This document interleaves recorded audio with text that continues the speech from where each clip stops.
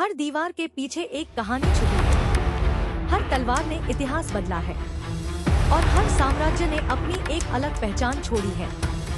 स्वागत है आपका इतिहास में। यहाँ हम लेकर आते हैं हिस्ट्री के वो राज, लेजेंड्स और अनटोल्ड स्टोरीज जो हर किसी को नहीं पता। तो चलिए वक्त के सफर पर चलते हैं।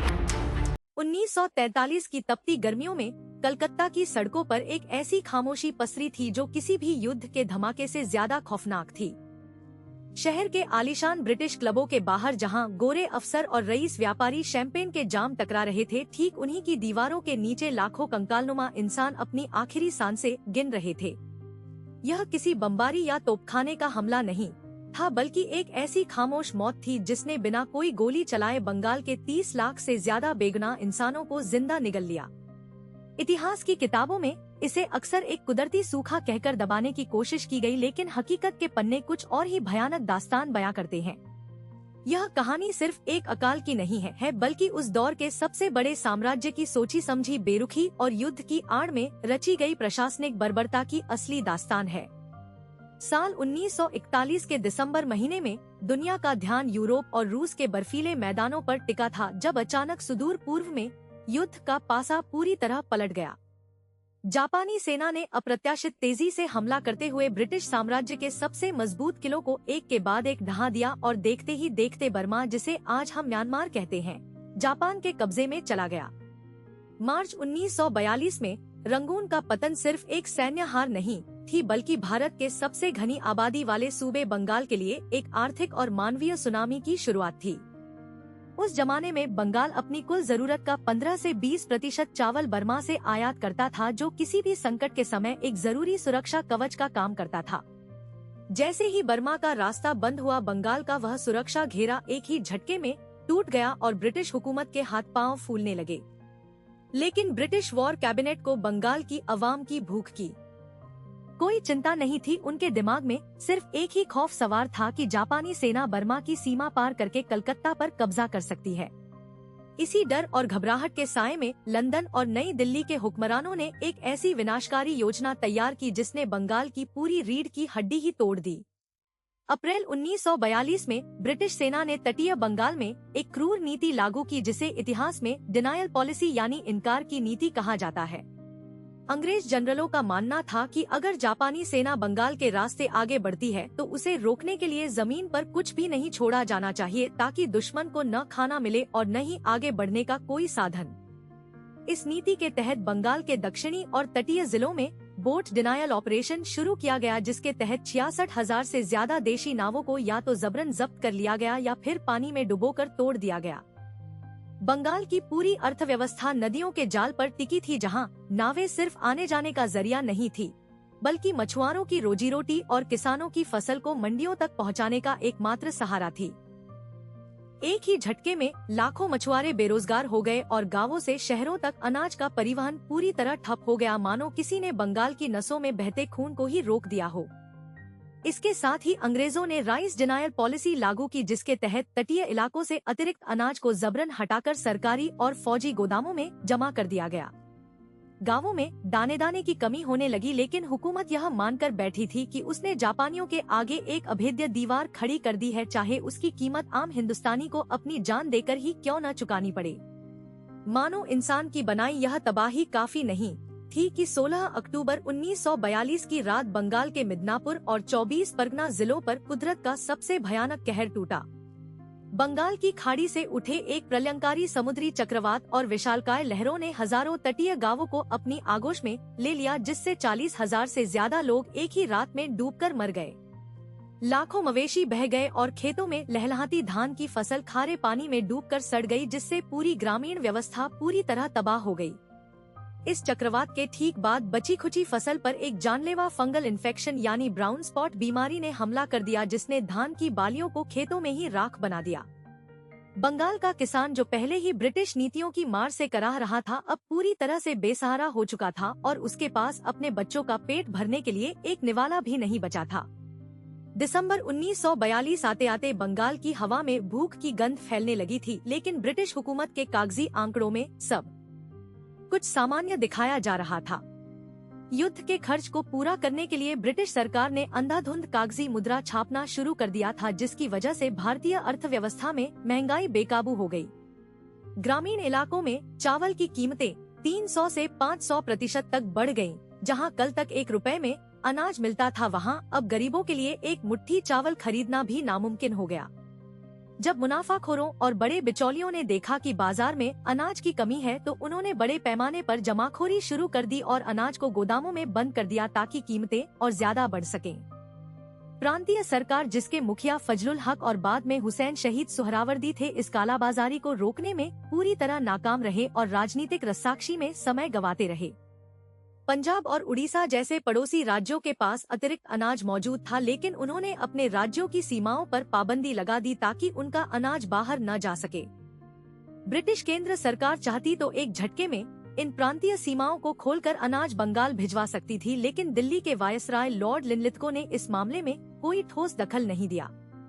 लिनलिथगो एक ऐसा प्रशासक था जो लंदन को हर हाल में यह जताना चाहता था कि भारत में सब कुछ नियंत्रण में है, ताकि ब्रिटिश युद्ध प्रयासों पर कोई आंच न आए। मई 1943 का महीना आते आते ग्रामीण बंगाल के गांव श्मशान में तब्दील होने लगे थे और चारों तरफ सिर्फ हड्डियों के ढांचे नजर आ रहे थे। जब गांवों में घास की जड़ें, पेड़ों की छाल और तालाबों का गंदा पानी भी खत्म हो गया, तो लाखों बेसहारा लोग उम्मीद की आखिरी किरण लेकर कलकत्ता शहर की तरफ पैदल ही निकल पड़े। सैकड़ों किलोमीटर लंबे रास्तों पर भूख से बेदम होकर गिरते लोग वहीं दम तोड़ देते थे और उनके पीछे चल रहे कुत्ते और गिद्ध उन लावारिस लाशों को नोचते रहते थे। कलकत्ता की सड़कों पर हर दिन हजारों नए भूखे लोग दाखिल हो रहे थे, जिनकी आंखों में सिर्फ एक ही पुकार थी कि हमें थोड़ा सा भात या सिर्फ चावल का मांड दे दो। माँ ने अपने रोते हुए बच्चों को उन अमीरों की गाड़ियों के आगे रख देती थी, इस उम्मीद में कि शायद कोई तरस खाकर उन्हें खरीद ले या उन्हें 2 वक्त की सूखी रोटी दे दे। परिवार टूट रहे थे, सामाजिक तानाबाना बिखर चुका था और इंसानियत भूख की उस भट्टी में जलकर पूरी तरह खाक हो रही थी।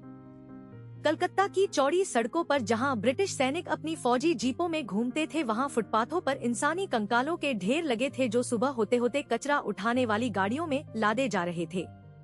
मगर इस पूरी तबाही के दौरान लंदन के व्हाइट हॉल में बैठे ब्रिटिश प्रधानमंत्री विंस्टन चर्चिल और उनके वॉर कैबिनेट के फैसले इतिहास के पन्नों पर हमेशा के लिए काले अक्षरों में दर्ज हो रहे थे।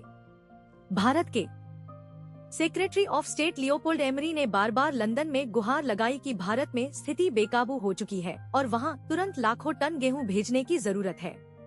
लेकिन चर्चिल के सबसे करीबी वैज्ञानिक और सांख्यिकीय सलाहकार लॉर्ड चेरवेल, जिन्हें फ्रेडरिक लिंडेमैन के नाम से भी जाना जाता था, उन्होंने भारत को अनाज भेजने का पुरजोर विरोध किया। चेरवेल का तर्क था कि मित्र देशों के पास जहाजों की भारी कमी है और जहाजों को युद्ध क्षेत्र से हटाकर भारतीयों के लिए अनाज ढोने में इस्तेमाल नहीं किया जा सकता।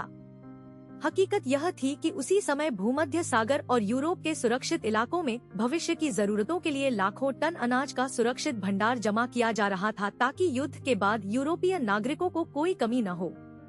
जब ऑस्ट्रेलिया और कनाडा ने भारत की मदद के लिए अपने जहाजों से गेहूं भेजने की खुली पेशकश की, तो लंदन की हुकूमत ने जहाजों की कमी का बहाना बनाकर उस पेशकश को भी ठुकरा दिया। इतना ही नहीं, उस भयानक दौर में भी भारत से अनाज का निर्यात पूरी तरह बंद नहीं किया गया था, बल्कि सीलोन और मध्य पूर्व में तैनात ब्रिटिश सेना के लिए चावल के जहाज लगातार भेजे जा रहे थे। जब वायसराय ने लंदन को एक बेहद गंभीर टेलीग्राम भेजकर हालात की नजाकत समझाई, तो इतिहास गवाह है कि चर्चिल ने उस फाइल पर बेहद नफरत भरी टिप्पणी करते हुए पूछा था कि अगर अकाल इतना ही भयानक है तो गांधी अब तक क्यों नहीं मरे। चर्चिल का मानना था कि हिंदुस्तानी खरगोशों की तरह बच्चे पैदा करते हैं और यह भुखमरी उनकी अपनी ही हरकतों का नतीजा है, जिसमें ब्रिटिश हुकूमत का कोई दोष नहीं है। ब्रिटिश सरकार ने डिफेंस ऑफ इंडिया रूल्स के तहत प्रेस पर बेहद कड़ा सेंसरशिप लागू कर रखा था, ताकि बंगाल की इन खौफनाक तस्वीरों और खबरों को दुनिया के सामने आने से रोका जा सके। लेकिन अगस्त 1943 में कलकत्ता के एक प्रमुख अंग्रेजी अखबार द स्टेट्समैन के ब्रिटिश संपादक यान स्टीफेंस ने अपने जमीर की आवाज सुनी और उस सेंसरशिप की धज्जियां उड़ा दी। स्टीफेंस ने बिना किसी सरकारी इजाजत के अखबार के पन्नों पर कलकत्ता की सड़कों पर तड़पते और मरते हुए इंसानों की दिल दहला देने वाली तस्वीरें छाप दी। अखबार के उन पन्नों ने पूरी दुनिया को हिलाकर रख दिया और लंदन से लेकर वाशिंगटन तक ब्रिटिश हुकूमत के तथाकथित मानवीय चेहरे का नकाब हमेशा के लिए उतर गया। ब्रिटिश संसद में तीखे सवाल पूछे जाने लगे और दुनिया भर में चर्चिल की सरकार की नीतियों की चौतरफा थू-थू होने लगी, जिससे मजबूर होकर लंदन को अपनी रणनीति बदलनी पड़ी। अक्टूबर 1943 में लॉर्ड लिनलिथगो का कार्यकाल खत्म हुआ और उनकी जगह जनरल लॉर्ड वेवेल को भारत का नया वायसराय बनाकर भेजा गया। वेवेल एक फौजी थे और उन्होंने पद संभालते ही स्थिति की गंभीरता को समझा और बिना कोई वक्त गंवाए सीधे कलकत्ता के राहत शिविरों का दौरा किया। वेवेल ने तुरंत भारतीय सेना को राहत कार्यों में झोंक दिया और सेना के ट्रकों के जरिए गोदामों में बंद अनाज को निकालकर भूखे लोगों तक पहुंचाने का काम शुरू करवाया। सेना के राहत शिविरों और लंगर व्यवस्था ने कलकत्ता की सड़कों से लाशों के अंबार को कम करना शुरू किया, लेकिन ग्रामीण इलाकों में तबाही का मंजर अभी खत्म नहीं हुआ था। दिसंबर 1943 में जब सर्दियों की मुख्य धान की फसल यानी अमन की कटाई शुरू हुई तो भुखमरी की तीव्रता में थोड़ी कमी जरूर आई, लेकिन मौतों का सिलसिला नहीं थमा। भूख से खोखले हो चुके करोड़ों इंसानी शरीरों में बीमारियों से लड़ने की कोई ताकत नहीं बची थी और पूरे बंगाल में मलेरिया, हैजा और चेचक जैसी महामारियों का तांडव शुरू हो गया। अकाल के दौरान हुई कुल मौतों में से आधी से ज्यादा मौतें सीधे भूख से नहीं बल्कि भुखमरी के बाद फैली इन महामारियों और गंदे पानी के इस्तेमाल से हुई थी। साल 1944 के आखिर तक जब यह खूनी दौर शांत हुआ तब तक बंगाल की धरती पर 21 लाख से लेकर 38 लाख के बीच निर्दोष इंसान अपनी जान गंवा चुके थे। दशकों बाद नोबेल पुरस्कार। अगर आज का सफर पसंद आया हो तो वीडियो को लाइक करें, चैनल को सब्सक्राइब करें और बेल आइकन जरूर दबाएं ताकि इतिहास की हर नई कहानी सबसे पहले आप तक पहुंच सके। मिलते हैं अगले एपिसोड में एक और नए इतिहास के पन्ने के साथ। तब तक के लिए जय हिंद और जुड़े रहिए इतिहास के साथ।